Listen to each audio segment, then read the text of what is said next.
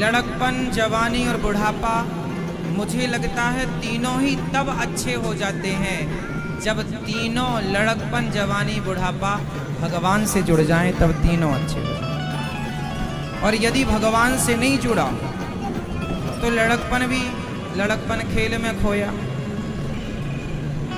यदि जवानी भगवान से नहीं जुड़ी तो जवानी आपको विषयी बना देती है। जवानी में सबसे ज़्यादा मन चंचल होता, सारी जिंदगी यहाँ वहाँ ताक झांक करते निकल जाएगी जवानी।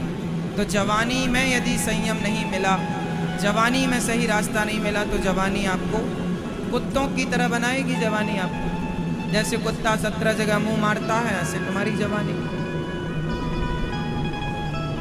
रहा बुढ़ापा, यदि बुढ़ापा भी, लड़कपन, जवानी, बुढ़ापा तीनों यदि भगवान से जुड़ गए तो तीनों अच्छे,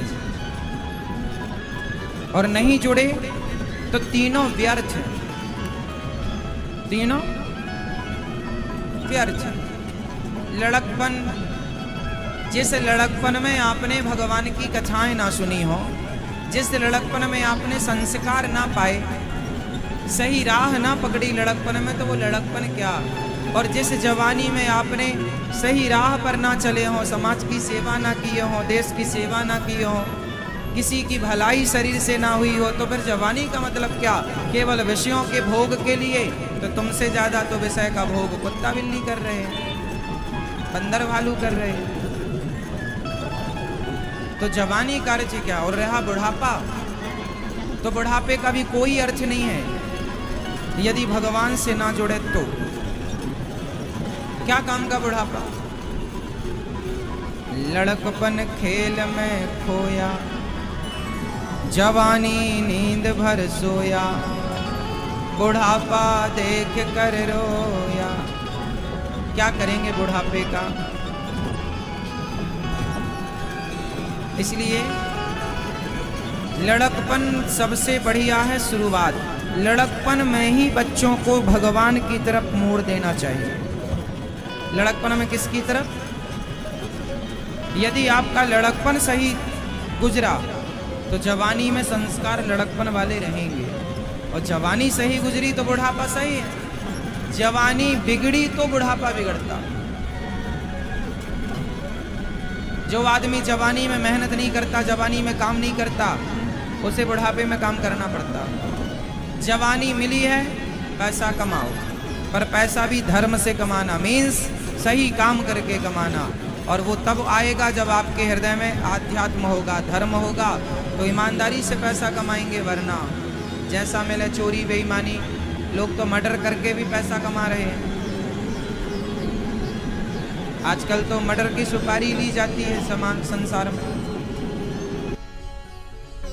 तो पैसा तो आदमी कमा ही रहा है, लेकिन ईमानदारी का पैसा होना चाहिए हमारे पास, मेहनत का हो, और उस पैसे से हम प्रसन्न रहें। ये तब पॉसिबल है जब आपके अंदर बढ़िया संस्कार हो। इसलिए आप अपने बच्चों को छोटी उम्र में सुधारो, समझाओ। आजकल की मम्मियां कहती हैं, महाराज हमारा बेटा सुनता नहीं है, हमारी माँ ने कभी नहीं कहा होगा किसी से कि हमारा बेटा सुनता नहीं है।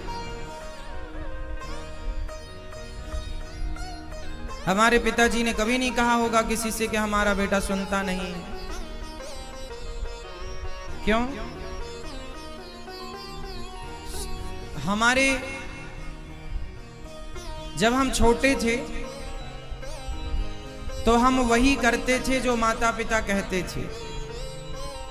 पहले के जमाने में ना बड़ों की आज्ञा बहुत अच्छे से मानी जाती थी। आजकल के बच्चे मनमुखी हो रहे हैं। पहले के जब हमारी पीढ़ी थी तब हम मनमुखी नहीं थे। हमारा बेटा सुनता नहीं है, ऐसे सवाल पहले नहीं थे। पहले की मम्मियां 2-4 जमाती रहती थी, सुनता नहीं है, ले बत्ती, सो लो मेरी माँ, सो जाओ। अच्छी लगी ना हवा?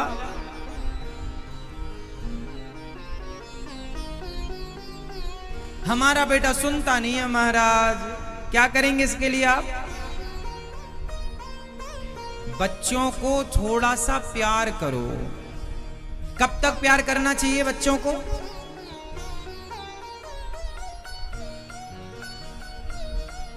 पांच वर्ष तक।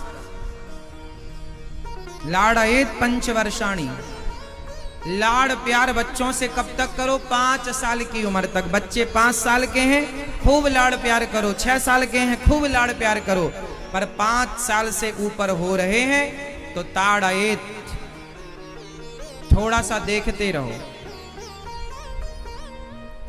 बच्चों को थोड़ा देखो क्या कर रहे हैं। गलती करें तो थोड़ा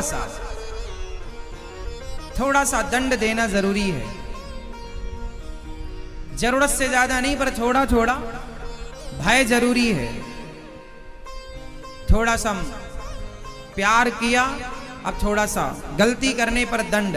यदि बच्चे गलती करेंगे और आपने उन्हें दंडित नहीं किया तो बच्चे कल भी गलती करेंगे, इसलिए कि कोई फर्क तो पड़ा नहीं मां को पिता को।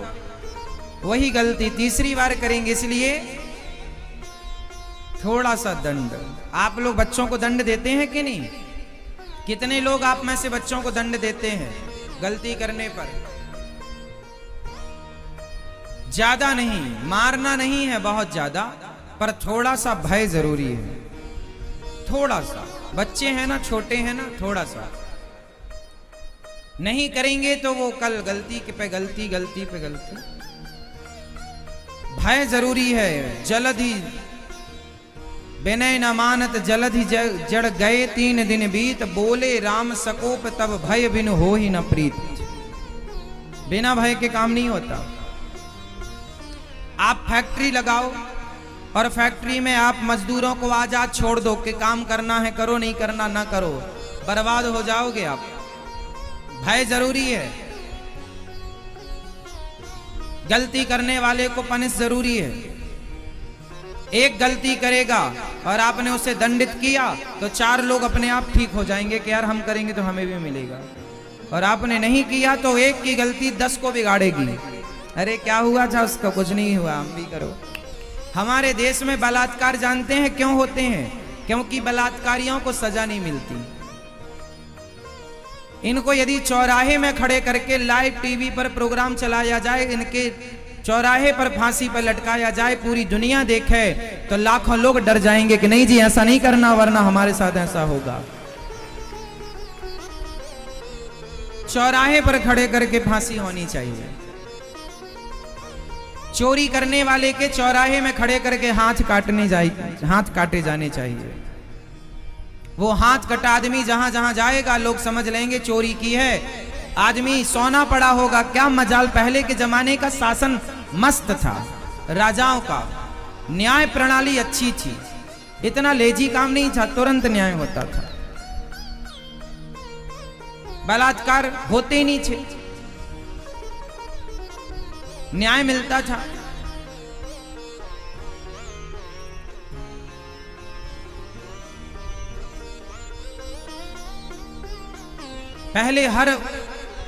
जैसे पहले के जमाने में नियम था, चोरी करने वाले के हाथ काट लिए जाते थे। चोरी करने वाले के क्या काटे जाते थे? जोर से। और आजकल चोरी, मोबाइल चोर, चैन चोरी वाले को आप पुलिस के पास ले जाओ, पुलिस छोड़ देती है। वृंदावन में हजारों मोबाइल रोज चोरी होते हैं, हजारों मोबाइल। और भारत के पूरे देश की मैं बात करूं तो लाखों लोगों का रोज नुकसान होता। किसी की चैन चोरी हो गई, किसी का मोबाइल, किसी का पर्स चोरी हो गया। अच्छा, पुलिस को सब पता होता है कौन चोर है, पर पुलिस छोड़ देती है। सामने वाले ने कितनी मेहनत करके मोबाइल लिया, कितना उसमें डेटा था, कितने चीजें उसमें सेव करता है। आज के जमाने में बैंकिंग होती है मोबाइल में, सब चीजें होती हैं, पर चोर चुरा लेते हैं और पुलिस चोरों को छोड़ देती है। कोई सुनवाई नहीं, कोई न्याय नहीं है। अरे चोरी चोरी है, मोबाइल चुराने वालों के भी हाथ काटने शुरू कर दिए जाए ना, अपने आप चोरी बंद हो जाएगी। फिर देखो कोई चोरी कर ले, तुम्हारा गिर भी जाए तो आदमी वापस दे के जाएगा, भैया लो। न्याय नहीं है।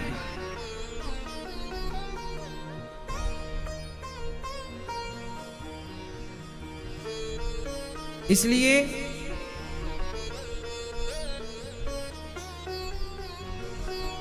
पहले के जमाने में ऐसा नहीं था। पहले के जमाने में यदि कोई स्त्री किसी पुरुष के चक्कर में उलझ गई तो उस स्त्री और उस पुरुष दोनों को देश निकाला दिया जाता था। पहले का न्याय कैसा था कि यदि किसी पुरुष ने किसी स्त्री की तरफ नजर डाली और स्त्री और पुरुष ने अपनी पत्नी और अपने पति को छोड़कर यदि दोनों अपनी सहमति से भी संबंध बनाए हैं तो उन्हें देश निकाला दिया जाएगा कि अपने पति और अपनी पत्नी को छोड़कर तुमने पराई स्त्री पराई पुरुष पर नजर रखी, इसलिए तुम इस देश में रहने के लायक नहीं हो, देश निकाला। ऐसे लोगों को देश से निकाल दिया जाता था।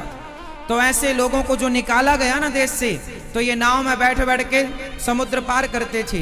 तो जिसे जहां मिली जगह, जिस टापू पर, वो टापू पर रह गया और वही टापू पर रहते रहते बाद में वो एक देश हो गया। आज भारत के अतिरिक्त जितने देश हैं ये सब भारत से दंडित किए गए लोग जाकर के रहे वहां, तो उनसे वो फिर बढ़ता चला गया, जनसंख्या होती चली गई। ये सारे भारत के राजाओं ने खदेड़ा था इन लोगों को, गलत करने वालों को, यवनों को खदेड़ा। जो भी पाप करता, गलत काम करता, उसे खदेड़ दिया। कुछ अपराध में तो मृत्यु दंड था कि मार दिया जाता था, पर मारे भी क्या, कहां तक मारे, तो खदेड़ दिया जाता था कि देश निकाला दे दिया। हर पाप का अलग अलग विधान था, दंड था। इसलिए व्यवस्था